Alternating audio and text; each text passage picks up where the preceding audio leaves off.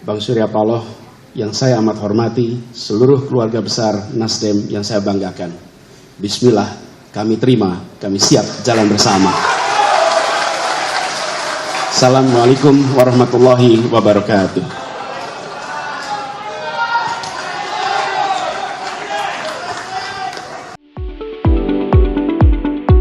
Selamat datang di New Perspective.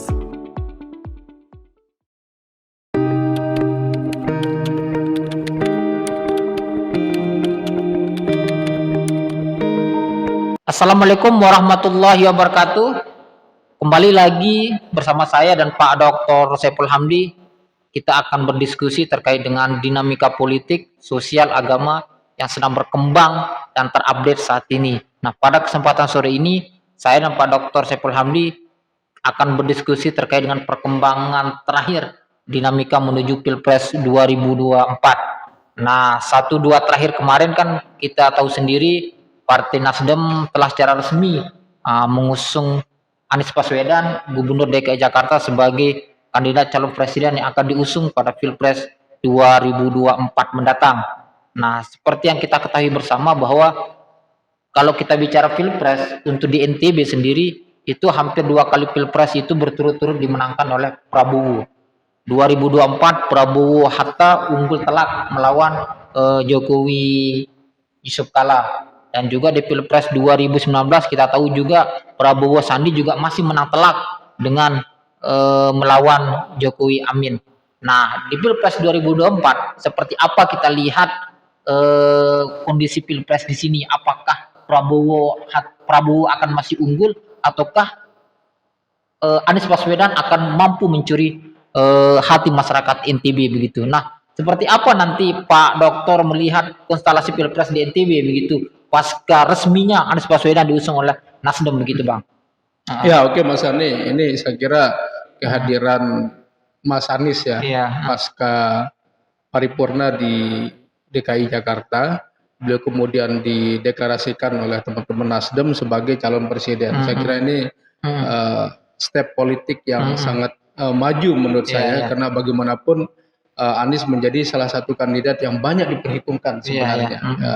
Dalam gaya kepemimpinan beliau, kemudian potensi beliau ketika menganalisa masalah, punya visi misi. Tentunya Bang Surya Paloh punya pertimbangan sendiri kalau saya lihat kenapa kemudian beliau memilih Anies Baswedan sebagai calon presiden untuk Pilpres 2024 ya.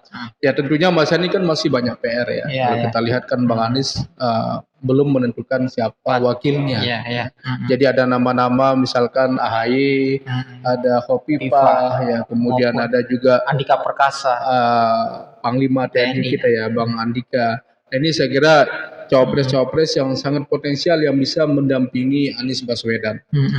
Ya tentunya mungkin buzzer-buzzer tidak senang ya Mas Ani, terutama yang pro pemerintah karena mereka dulu sangat terlibat intensif ya melawan Anies ketika Pilkada DKI Jakarta. Mereka rame-rame mendukung Basuki Cahayapurnama Bang Ahok dulu. Tetapi ya udahlah, itu realitas politik yang terjadi. Ya tentunya dengan pilihan-pilihan cawapres ini Mas Ani ya ada beberapa kelebihan lah ya. Kalau yang terkuat memang AHY kalau kita lihat survei, beliau yang paling tinggi surveinya, kalau beliau menjadi wakil. Nah sekarang bagaimana keberterimaan masyarakat terhadap AHY dan juga SBY tentunya ya sebagai platform ya, sebagai representasi politik dari AHY itu sendiri. Karena bagaimanapun AHY ini kan banyak menirukan gaya bapaknya begitu, entah gaya berpolitiknya, ide-ide beliau, cara kampanye, saya kira banyak juga yang menarik yang bisa kita ambil. Nah kemudian ada Khofifah, saya kira ini peluangnya cukup besar seandainya Anies Baswedan bergabung dengan Khofifah. Ya. Bagaimanapun mungkin suara Jawa Timur sangat signifikan. Anggaplah misalkan Anies yang menang di DKI, kemudian kuat di Jawa Timur, ya. Nah Jawa Barat sama Jawa Tengah ini kemudian menjadi PR mereka. Untuk konteks Lombok, ya. NTB lah, NTB. Untuk konteks NTB ya, untuk konteks NTB, bagaimana sebenarnya peluang Anies Baswedan? Saya kira untuk menganalisa ini Mas Yani ya tentunya kalau alat yang paling sederhana ya hasil survei ya, dan kita belum membaca hasil survei yang ada di Lombok ya, kemana kemudian kecenderungan para voters kita, apakah mereka mendukung Prabowo, mendukung Anies Baswedan, mendukung Ganjar Pranowo, ya saya kira semuanya punya segmen, punya kans ya, punya segmen jamaah sendiri yang kemudian bisa dikapitalisasi begitu. Nah, cuman saya melihat Mas Yani ya, ini kan kalau kita bicara figur tentu nggak bisa juga kita lepas dari mesin politik mereka. Terutama Prabowo kita lihat ya dengan adanya gerakan-gerakan HBK Partai Gerindra, saya kira kalau menurut saya Mas Yani, Prabowo masih calon yang kuat untuk memenangkan pilkada di NTB, pilpres di NTB gitu ya. Meskipun tidak menutup kemungkinan bahwa Anies bisa menyalip. Kenapa? Karena kita tahu sentimen keagamaannya, begitu juga sentimen politik dengan PDIP misalkan, dan kuatnya kelompok-kelompok Islam yang menentang pemerintah ya. Ini saya kira bisa juga menjadi modal ya, bagaimana Bang Anies bisa menyalip Prabowo Subianto. Tapi kita lihat nanti Mas Yani. Cuman kalau catatan saya bahwa mesin partai itu juga sangat mendukung. Sejauh mana kemudian calon-calon ini bisa meraup suara. Tapi memang kalau kita ikuti Bang ya, baik diskusi-diskusi di warung kopi maupun percakapan-percakapan di media sosial begitu kan, grup WA, di Facebook segala macam. Pasca Prabowo bergabung ke pemerintah dan menjadi menteri itu kan memang seperti ada kekecewaan yang sangat mendalam daripada pendukung Pak Prabowo begitu di Pilpres 2019. Nah, termasuk di NTB juga sepertinya memang ada banyak kekecewaan daripada pemilih Pak Prabowo sehingga karena keputusan Prabowo untuk bergabung dengan pemerintah. Nah, apakah ini tentu juga akan signifikan, akan merubah haluan para pemilih Prabowo dari semula memilih Prabowo memilih figur yang baru, termasuk Anies ini begitu, Bang? Ya sebenarnya kita belum tahu pasti ya, apa sih sebenarnya alasan masyarakat kita memilih Prabowo. Apakah hanya karena sentimen kebencian terhadap Jokowi pada waktu itu yang dianggap mungkin tidak Islamis ya, kurang bersahabat dengan ulama misalkan, terutama para habaib. Lalu itu kemudian yang mendorong mereka mendukung Prabowo, Mas Yani. Ini saya kira pertanyaan besar kita di sini.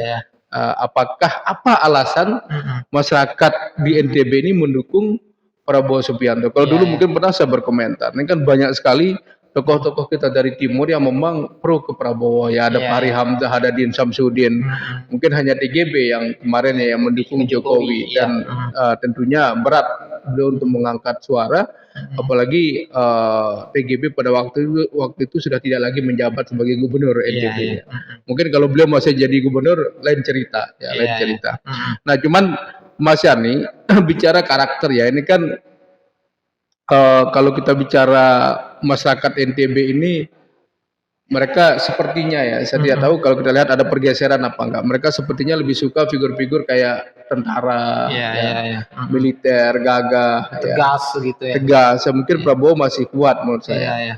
Tapi di sisi lain ya, kalau kita lihat diskusi-diskusi yang terbaru ini memang banyak menjagokan Anies Baswedan.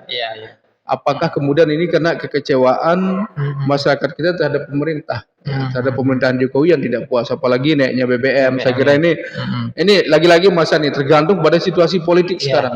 Seandainya misalkan ya masyarakat kita sudah jenuh dengan partai penguasa misalkan ya, kemudian ingin melihat ada pendatang baru ya, karena Indonesia ini kan selalu euforianya tinggi ya, harapannya tinggi, tapi sudah jalan mungkin tidak sesuai dengan harapan begitu kan.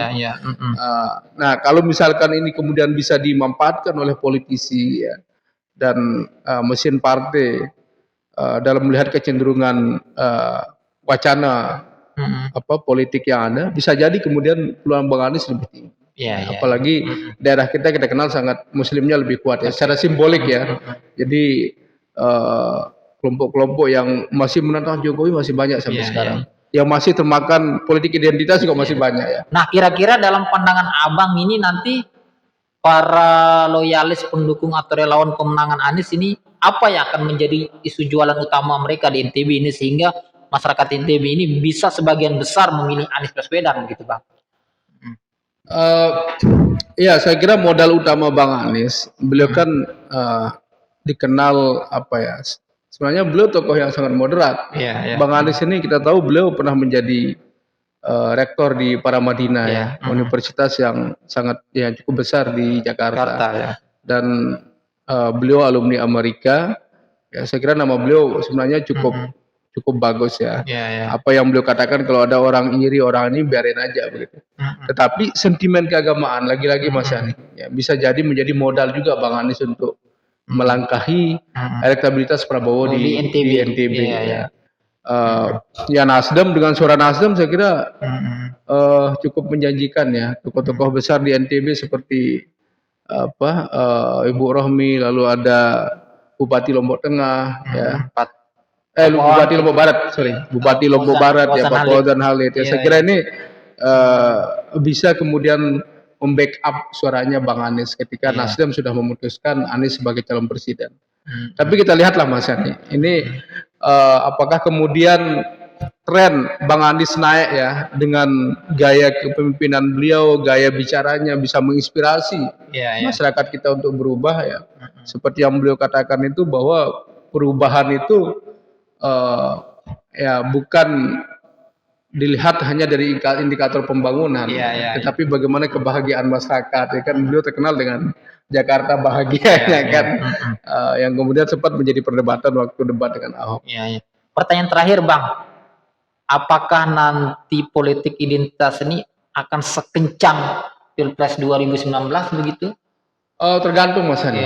Tergantung, sepertinya akan bergeser ya. Misalkan nanti kita harapkan ada 3 calon lah, setidaknya ya. Misalkan ada Prabowo, lalu ada PDIP ya bisa mengusung Ganjar. Atau Puan. Karena kalau Bu Puan, nah ini yang Bu Puan ini kadang-kadang apa ya? Agak berat begitu Mas Hani. Karena bagaimanapun kan orang melihat hasil survei ya.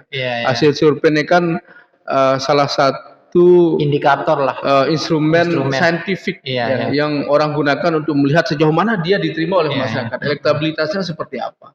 Nah kalau misalkan PDIP memaksa Bu Puan ya tentu ini kan masih lama ya, mungkin Bu Puan bisa dikemas, bisa dikelola, bisa juga menaikkan elektabilitas beliau. Tetapi tentunya lagi-lagi ini perlu kita lihat hasil survei beliau ya. Saya yakin PDIP kalau tidak mau kehilangan kekuasaan di Indonesia, memimpin Indonesia, ya tentunya mereka perlu berhitung begitu. Apakah kemudian memang nanti idealnya harus berpasangan dengan Prabowo Subianto atau justru mengambil risiko Puan kemudian dijadikan sebagai calon presiden. Ini saya kira yang kemudian sangat berisiko ya terhadap posisi PDIP sendiri nantinya di pemilu Pilpres 2024. Apakah mereka tetap memegang kekuasaan atau tidak? Siap.